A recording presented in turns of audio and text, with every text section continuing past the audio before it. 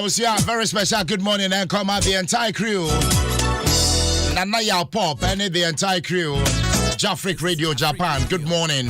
We love you. Congratulations on your launch in Fadekoye with all the pictures, the videos. Oh my God, lovely.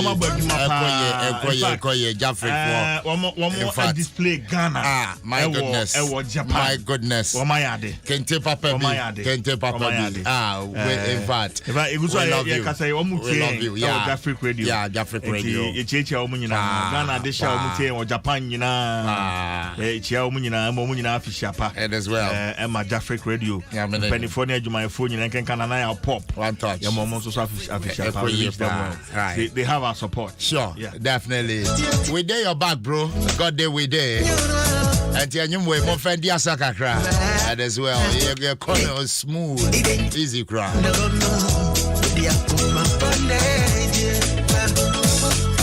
Jafric Radio, your number one online radio station based in Japan.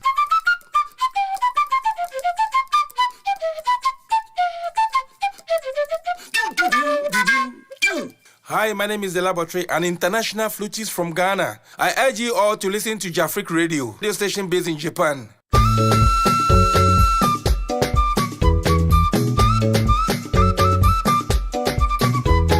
Jafric Radio, radio mu papa. Jafric Radio, radio mu kiko. Jafric Radio, yemamu kasia bopa. Jafric Radio. Papa Jafric Radio, ya mamu kasia Papa Jafric Radio, ya mamu adiswa Papa Jafric Radio, radio, Jafric Radio. Jafric Radio, your number one online radio station based in Japan. Jafric Radio, radio mukiko. Jafric Radio, ya mamu kasia Papa Jafric Radio. This is Jafric Radio. Jafric.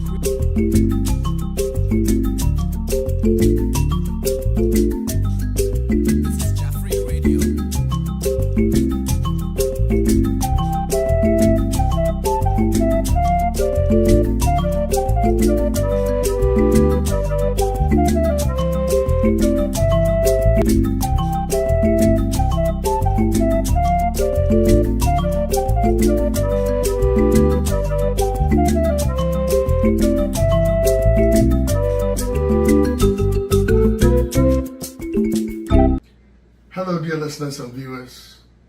Welcome back to Papa-Norr Story Time. Once again, my name is Papa-Norr.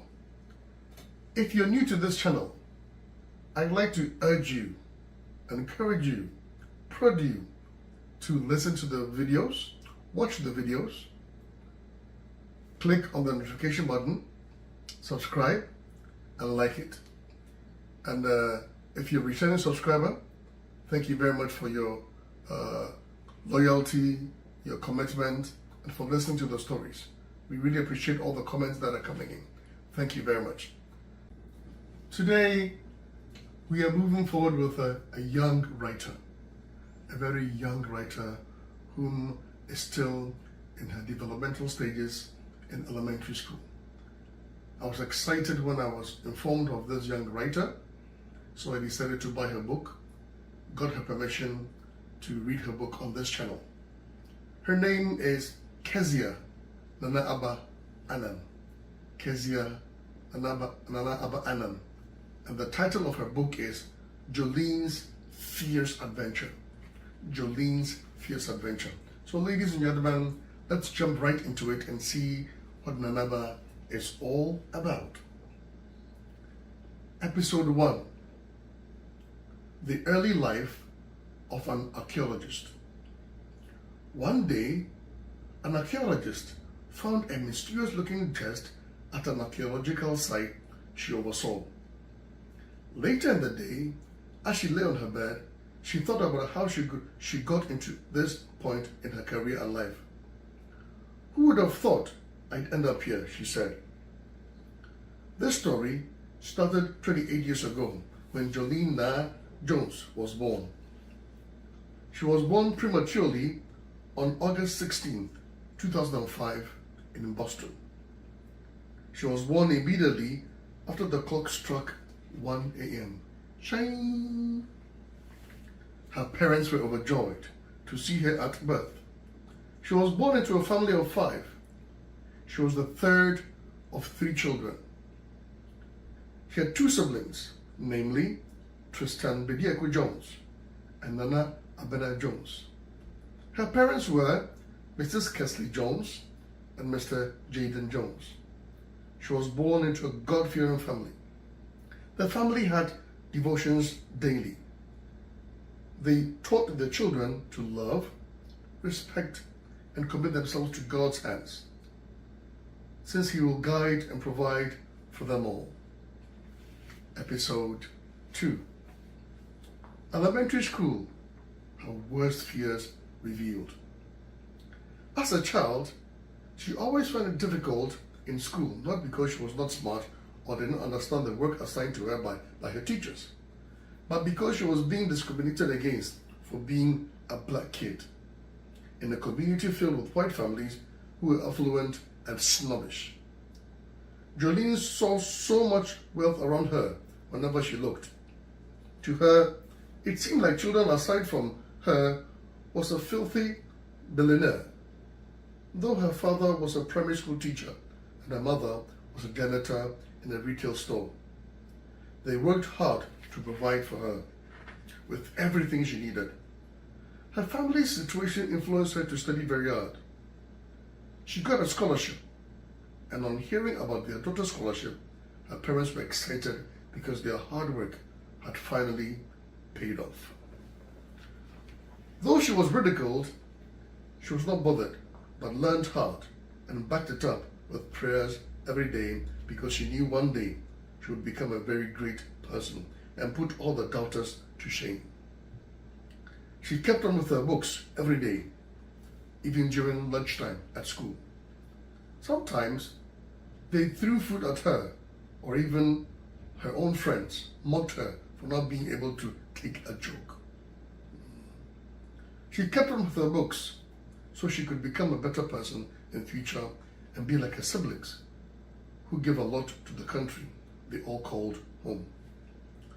One day, on the day of her final examination, she prayed to God that all her learning should not be in vain. She should see a change in her life. She also asked God to help her realize her dreams through that examination. She entered the exam hall feeling confident that all her efforts would pay off. The day commenced with mathematics, and she slowly worked her way down. During the mathematics paper, she worked on all the questions she knew first and then solved the difficult ones later. Many days passed. The exams was finally over. While entering her class to take her seat, she overheard some of her rich classmates saying, "If I don't even pass, my dad will just pay a sum of money to the head of the school and get me in, so no biggie." A slang meaning no big problem. She was shocked to the bone as she heard them saying that. She vowed that she and her children will never become that inferior and too money conscious. After months of waiting for the results, they finally arrived. Jolene was so scared that she didn't even want to open the envelope at first. As she finally opened it, she saw that she had passed with flying colors. Jolene was then hoping to get into her first choice school. She received her admission letter into the school of her first choice. At that point, she remembered how she loved archaeology as a kid. So she made it her mission to become an archaeologist herself. She was so proud that she would be the first archaeologist in her family. Episode 3. The high school days of a dreamer. Jolene had passed her exams into high school. The day before she was ready to set off, she couldn't sleep at all. She couldn't sleep all night. All she thought about was making friends and exploring the world of being a high school student. She also knew that as soon as she got there, she would study hard to get good grades in her quest to become an archaeologist. The day she had been waiting for finally arrived. She said goodbye to her family and set off. She arrived at school at 8:02 a.m. in the morning because she left home early around 6 a.m. since she was going out of state that day. She made friends the minute she arrived at school. She was relieved to have finally made friends who looked like her, friends who were also of African descent. The names of her friends were Abena Bonsu, Ifia Bayonet Akoto, and Ya Preko. Together with her new friends, they went to register for their houses and from there went up to the same dorm. On their way, they met a very rude and unfriendly lady named Ella Andrews. She yelled at the girls for just bumping into her while they were carrying their luggage. They paid no attention to her and just walked off. As they walked off, Anna said to the girls, "She's going to be a real pain in the neck to deal with since she's our dorm mates." They all laughed and entered the room. Her first class was a foreign language. She went to the class and saw other girls laughing and chatting while the teacher was around. She took her seat and paid attention to the teacher's teaching. Take note, she took her seat and paid attention to the teacher's teaching. Next, she went to her science class. She saw the same thing just like in her previous class, so she ignored them and sat down to read her books, taking notes of what the teacher was teaching. The day followed through just like that with her other classes. After the day was done, she went to her dorm and to bed. Before Jolene knew it, she was halfway through high school. She was not distracted. She still kept on reading and learning about the work of a historical archaeologist. Soon, the remaining years passed by in a whoosh. She was so sad she had to leave her friends, but happy because her parents had told her they were moving to Ghana, their native land. Episode 4. Ghana, the gateway to Africa. Though she had never been to Ghana, she felt right at home when she touched down. The drummers, the people around, the very essence of Africa called to her, and she was very elated to be there. She also became excited because she had just gained admission to the University of Ghana, Legon. It was one of the greatest achievements of her life. Jolene went back home to her village to share the good news with her grandparents, who lived in Ghana. They were very glad that at long last, at least one of their grandchildren had returned home to Ghana. She knew it would be a long way to achieve her goal of becoming an archaeologist. Not just any one, but a historical one. She was ready to put up with any problem that would stand in her way just to get her goal.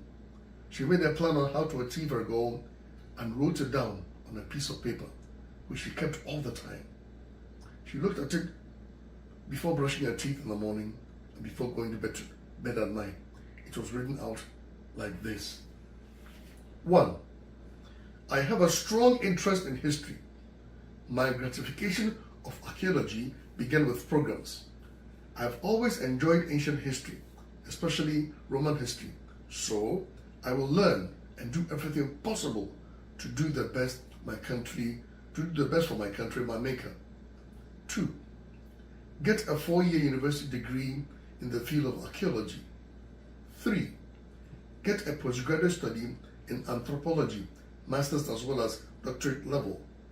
4.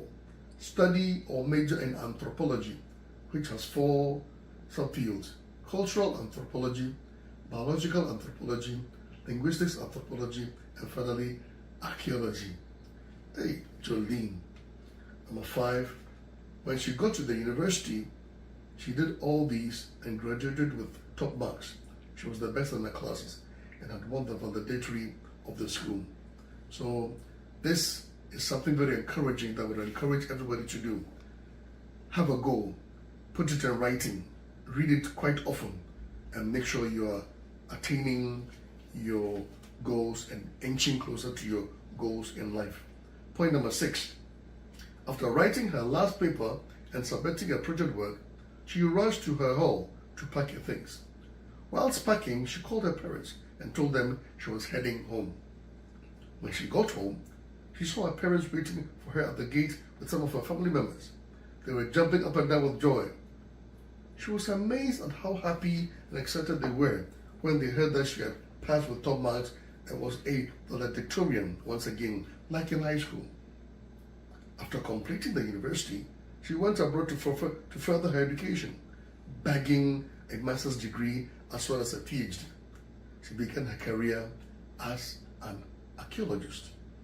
She moved to Cairo, where she got her first opportunity to kickstart her career with world-renowned archaeologists from various countries. She woke up and was marveled at how fast she had progressed in such a short time. Episode 5. Her search begins. She went back to the archaeological site she was in charge of the next day. She found the box untouched as she left it with the workers the previous day. In the chest, she found a strange mask and an old golden crown with medallions on it. She thought it looked strange because it didn't look like any other artifacts she had discovered. She tried to put it and the other artifacts together to see if they would fit, but they didn't. She concluded that they must be from another country. She made it her priority to find out where it came from and the family who owned it. She flew by air to Hungary in Eastern Europe. She went to all the archaeological experts in the country and found nothing. Then she moved to Germany in Western Europe. She went to the experts of the country but found nothing. So she moved to France. She went to speak to all the archaeological experts in the country and found nothing.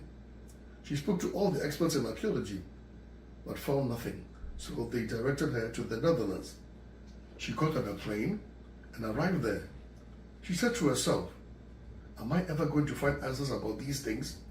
She packed all her equipment and clothing and left for the other regions, countries, and nations, but found nothing. She then decided to go to Asia, particularly China, and then moved on from there. Episode 6. The search continues. Jolene had just landed in Beijing, China. She had never been to China before, so she didn't know how to speak their native language, Chinese Mandarin. She spent her time researching, whilst on other days learning the Chinese native language. She began her search for answers to her findings. She lived in China, particularly Beijing, for quite a while before beginning her search because of language difficulty. I would advise that anyone who moves to a country whose language is not your mother language, please endeavor to learn the language. It really, really helps. Endeavor to learn the language. So she knew exactly the places to go to, and if she didn't find anything, she would move to other countries in Asia. Hence, she started her search with confidence and hope that she would find answers. So, she went to the first site on the list, but no answers were found there. She then moved to Gansu, but they just transferred her to Hebei. When she arrived, they transferred her to Ningxie, but to no avail again. She continued to Qinghai and realized that she was not getting anywhere with her search. Nevertheless, she did not give up, but just packed her bags and baggage and boarded the next plane to other Asian countries. She was really determined to find answers, and nothing was going to get in her way. Episode 7. Her final hope. Jolene could move on with her search without any problem with language, but in order not to be disrespectful, she studied the culture of the people of the continent. She spent 5 years learning the culture of the people of the continent and other things about them. She first went to Vietnam. She was transferred to Israel. She went again there, but was transferred to Thailand. Finally, she went to Singapore and found some groundbreaking news. She just found out through some researchers that the crown and mass belonged to a past chief of the Akan tribe in Ghana, who was rich and well and had great power. Oh my God, all this traveling. She also found out that she was a descendant of that chief, and that chief married a foreigner, making her family mixed race. She also found out that she was a lost princess of the tribe. She was also shocked that she fainted there. She was so shocked that she fainted there and then at the laboratory. Episode 8. Breaking the news to family. Jolene just had the shock of her life when she realized that she was related to a past chief and was mixed race because of that. She had also been told that she was a lost princess of the Akan tribe by the researchers in Singapore who scanned the mask and crown and told her through forensics. She woke up after hours of being unconscious in the hospital. When she woke up, she thought it was all a dream, but it was a reality. She still couldn't believe them after hours of explanation. After a couple of days, she was cleared to leave the hospital. A day after she left the hospital, she packed her things and equipment and flew back to Cairo to submit her findings to the press. After hours of explanation, the press understood that all that she said, the government even rewarded her with a plaque and a huge sum of money. She left weeks later and arrived in her hometown in the central region of Ghana. She packed her things that day and couldn't wait to tell her family about the adventures she had had abroad. When she got there, her family welcomed her happily with a big feast. After a couple of days of staying with them, she subsequently told them about the mask and the crown, the trips she took, and finally the findings she came up with. They were shocked. They told her that they were so happy that she didn't give up, and everybody told her she couldn't do it. They told her that they were so happy that she didn't give up when everybody told her she couldn't do it, but instead persevered through all her obstacles to achieve her goals. When you have goals in this life, obstacles will come your way. Fight on, persevere, fight on. Like they say in Japan, gambate kudasai. They all had their evenings. They all had their evening meal and went to bed. Jolene went to bed with a wide grin on her face. She said her night prayer and thanked God for giving her the spirit of perseverance to accomplish her goals. With that in mind, she slept happily throughout the night. One day, an archaeologist finds a mysterious box with something inside it. Little does she know that what she finds will change her life forever. The end.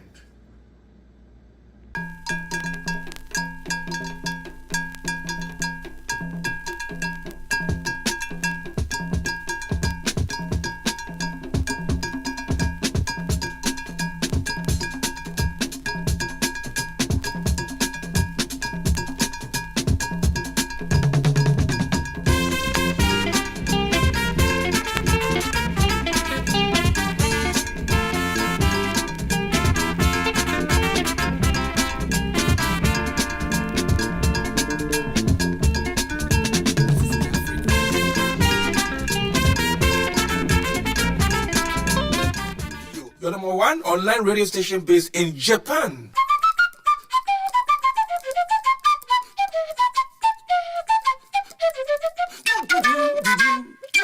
Hi, my name is The Laboratory, an international flutist from Ghana. I urge you all to listen to Jafric Radio station based in Japan.